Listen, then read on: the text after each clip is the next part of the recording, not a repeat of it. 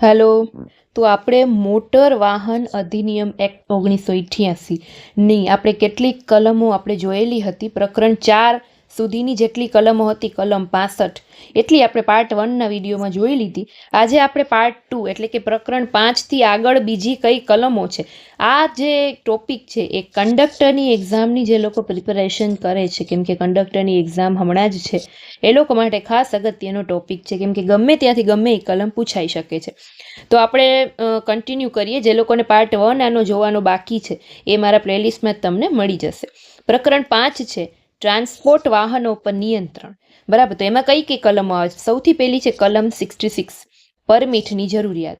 પછી કલમ 67 road transport અને નિયંત્રણમાં રાખવાની રાજ્ય સરકારની સત્તા. ત્યાર પછી કલમ 68 તો ટ્રાન્સપોર્ટ ઓથોરિટી. એટલે આમાં ક્વેશ્ચન કેવી રીતે પૂછાય ખબર છે? એમ પૂછાય કે ટ્રાન્સપોર્ટ ઓથોરિટીઝ કયા પ્રકરણની કઈ કલમમાં આવે છે? તો પ્રકરણ 5 અને કલમ નંબર 68. ત્યાર પછી કલમ 69 તો પરમિટની અરજીઓ અંગે સામાન્ય જોગવાઈ. કલમ 70 તો સ્ટેજ ગેરેજની પરમિટ માટેની અરજી. ત્યાર પછી કલમ 71 સ્ટેજ ગેરેજ પરમિટ માટેની અરજી ઉપર વિચારણા કરતી વખતે પ્રાદેશિક પરિવહન તંત્રએ અનુસરવાની કાર્યરીતિ.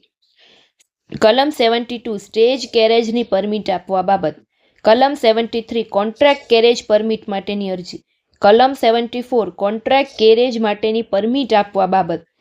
કલમ 75 મોટર કેબના ભાડા નક્કી કરવાની યોજના. એટલે એક્ઝામમાં એવું પૂછાય કે મોટર કેબના ભાડા કઈ કલમ હેઠળ નક્કી કરવામાં આવે છે? તો કઈ કલમ આવે? કલમ 75. ત્યાર પછી કલમ 76 શું કહે છે? તો કે ખાનગી વાહન સેવા પરમિટ માટેની અરજી. કલમ 77 શું કહે છે? તો કે માલવાહક વાહનની પરમિટ માટેની અરજી. પછી કલમ 78 તો કે માલવાહક વાહનની પરમિટ અરજીની વિચારણા.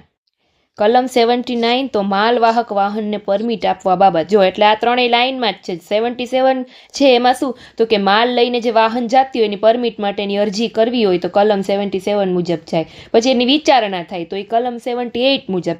પછી એને પરમિટ આપવા બાબત તો એ કલમ 79. અને કલમ 80 શું? તો કે પરમિટ માટેની અરજી કરતી વખતે તથા પરમિટ આપતી વખતે અનુસરવાની પ્રક્રિયા. આખી પ્રક્રિયા શું છે એ કલમ 80માં આવે. પછી કલમ 81માં શું આવે? તો કે પરમિટની મુદત અને એને રિન્યુ કરવા માટે તાજી એટલે કે એને રિન્યુ કરાવી હોય પરમિટને તો એ કલમ 81 મુજબ થાય. પ્રકરણ કયું? 5. કલમ 82 તો કે પરમિટની ટ્રાન્સફર. કલમ 83 તો કે એકની જગ્યાએ બીજું વાહન મૂકવું. કલમ 84 તો કે પરમિટ સાથે સંકળાયેલી શરતો.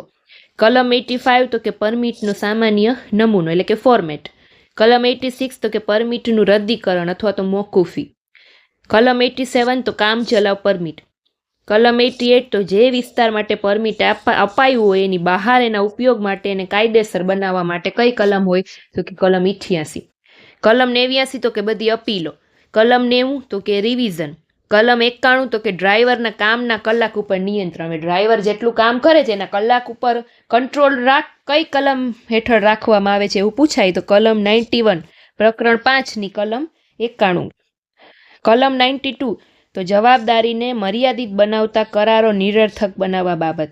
કલમ 93 તો એજન્ટ અથવા કેનવાસરે લાયસન્સ લેવા બાબત. કલમ 94 તો દીવાની કોર્ટની હકુમતનો બાદ. કલમ 95 તો સ્ટેજ કેરેજ અને કોન્ટ્રાક્ટ કેરેજને લગતા નિયમ કરવાની રાજ્ય સરકારની સત્તા.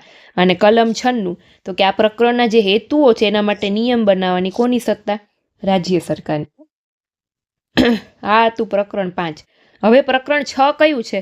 તો કે રાજ્ય પરિવહન સંસ્થા અંગેની જોગવાઈઓ. એક્ઝામમાં પૂછાય રાજ્ય પરિવહન સંસ્થા અંગેની જોગવાઈઓ મોટર વાહન અધિનિયમ એક્ટના કયા પ્રકરણ હેઠળ જોગવાઈઓ કરવામાં આવે છે? તો કે પ્રકરણ 6. એટલે પ્રકરણના નંબરે ખાસ યાદ રાખજો કલમ સાથે. ત્યાર પછી કલમ 97 વ્યાખ્યાઓ. કલમ 98 તો કે પ્રકરણ 6 અને પ્રકરણ 5 અને બીજા કાયદાઓની ઉપરવટ જાય તો એ અંગે કલમ 98માં આવે. કલમ 99 તો રાજ્ય પરિવહન સંસ્થાની માર્ગ પરિવહન સેવાની દરખાસ્તની તૈયારી અને પ્રસિદ્ધિ. કલમ 100 દરખાસ્ત સામે વાંધાઓ. કલમ 101 કેટલાક સંજોગોમાં રાજ્ય વાહન વ્યવહાર અંડરટેકિંગ દ્વારા વધારાની સર્વિસો ચલાવવા બાબત. કલમ 102 યોજનાને રદ કરવા અથવા તેમાં ફેરફાર કરવા બાબત. કલમ 103 રાજ્ય વાહન વ્યવહાર અંડરટેકિંગની પરમિટ કાઢી આપવા બાબત. કલમ 104 જાહેર કરાયેલા વિસ્તાર અથવા જાહેર કરાયેલા રૂટ સંબંધમાં આપવા ઉપર નિયંત્રણ. કલમ 105 વળતર નક્કી કરવાની પદ્ધતિ અને સિદ્ધાંતો તથા તેની ચૂકવણી. કલમ 106 તો કે વાહનમાંથી મળી આવેલી ચીજ વસ્તુના નિકાલ કરવા બાબત. કલમ 107 નિયમ ઘડવાની કોની સત્તા? રાજ્ય સરકારની. અને કલમ 108 તો કે રાજ્ય સરકારની કેટલીક સત્તાઓ કેન્દ્ર સરકારથી ભોગવવા બાબત. ટૂંકમાં આ બધી જે કલમ હતી પ્રકરણ કેની હતી? 6ની. ત્યાર પછી પ્રકરણ 7 મોટર વાહનોની રચના, સજાવટ અને જાળવણી. બરાબર, એમાં શું આવશે? તો કે એમાં શરૂ થશે કલમ 109 વાહનની રચના અને જાળવણી સંબંધી સામાન્ય જોગવાઈ. ત્યાર પછી કલમ 110 નિયમ બનાવવાની કેન્દ્ર સરકારની સત્તા. કલમ 111 નિયમ બનાવવાની રાજ્ય સરકારની સત્તા. એમ પૂછાય કે કયા પ્રકરણમાં ફક્ત ને ફક્ત 3 જ કલમો આપેલી છે? તો પ્રકરણ 7 મોટર વાહનની રચના, સજાવટ અને જાળવણી. બરાબર. ત્યાર પછી વાત કરીએ તો પ્રકરણ 8 ટ્રાફિક વિશે, એટલે કે વાહન વ્યવહારનું નિયંત્રણ. તો એમાં કેટલી કલમો આપેલી છે? તો જો સૌથી પહેલી કલમ 112 ઝડપની મર્યાદા. ત્યાર પછી કલમ 113 વજન અને વપરાશ ઉપર મર્યાદા. પછી કલમ 114 તો વાહનનું વજન કરાવવાની સત્તા. કલમ 115 તો વાહનના ઉપયોગ ઉપર નિયંત્રણ મૂકવાની સત્તા. એક્ઝામમાં પૂછાય વાહનના ઉપયોગ ઉપર નિયંત્રણ મૂકવાની સત્તા કઈ કલમ હેઠળ? તો કે કલમ 115. પ્રકરણ કયું? તો કે પ્રકરણ 8. પછી કલમ 116 તો કે ટ્રાફિક નિશાની ઊભી કરવાની સત્તા. બરાબર, ટ્રાફિક માટેની જે સાઇન બોર્ડ હોય છે એ ઊભી કરવાની સત્તા કઈ કલમ હેઠળ? તો કે કલમ 116. કલમ 117 તો કે વાહન ઊભા રાખવાની જગ્યાઓ અને થોભાવાના સ્ટેશન. એના માટે કલમ હોય. બરાબર, કલમ 117 કે વાહન ક્યાં ઊભા રાખવાની, કઈ કઈ જગ્યાએ સ્ટેશન બનાવવા, એ બધું કલમ 117માં આવે. કલમ 118 તો કે ડ્રાઇવિંગના જેટલા પણ નિયમો છે, આ મોસ્ટ એમપી પૂછાઈ શકે એમ કે ડ્રાઇવિંગના નિયમો છે એ કઈ કલમ હેઠળ? તો કલમ 118. પ્રકરણ કયું? તો કે 8.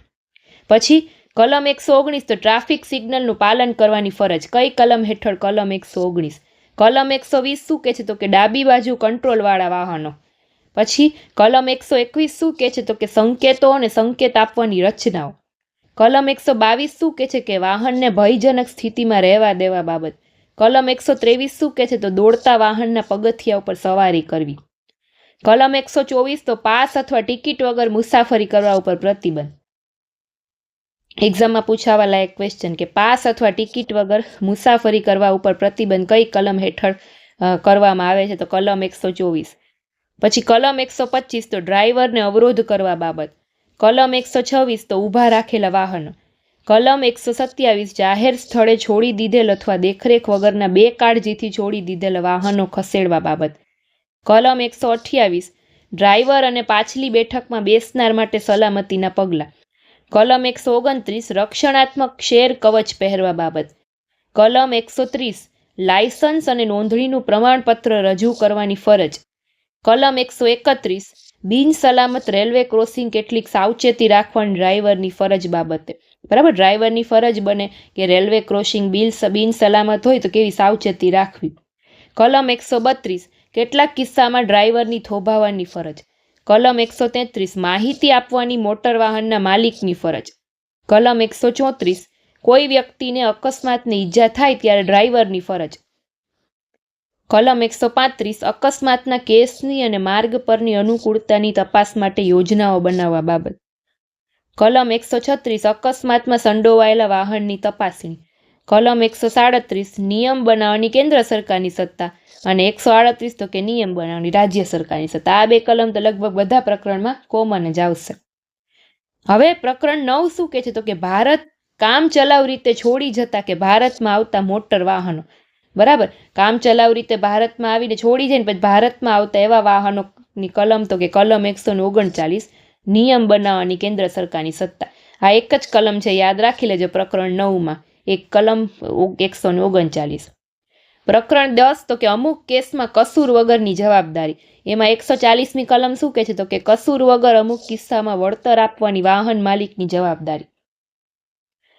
કલમ 141 તો કે મૃત્યુ અથવા કાયમી અશક્તતા માટે વળતરના દાવાના બીજા હક સંબંધી જોગવાઈ. કલમ 142 તો કાયમી અશક્તતા. એવું એક્ઝામમાં પૂછાય કાયમી અશક્તતા માટે કઈ કલમ, તો કે કલમ 142 ને પ્રકરણ પૂછાય તો પ્રકરણ 10. કલમ 143 કે 1923ના 8મા અધિનિયમ હેઠળ અમુક દાવાઓને આ પ્રકરણ લાગુ પાડવા બાબત. અને કલમ 144 તો ઉપરવટ અસર.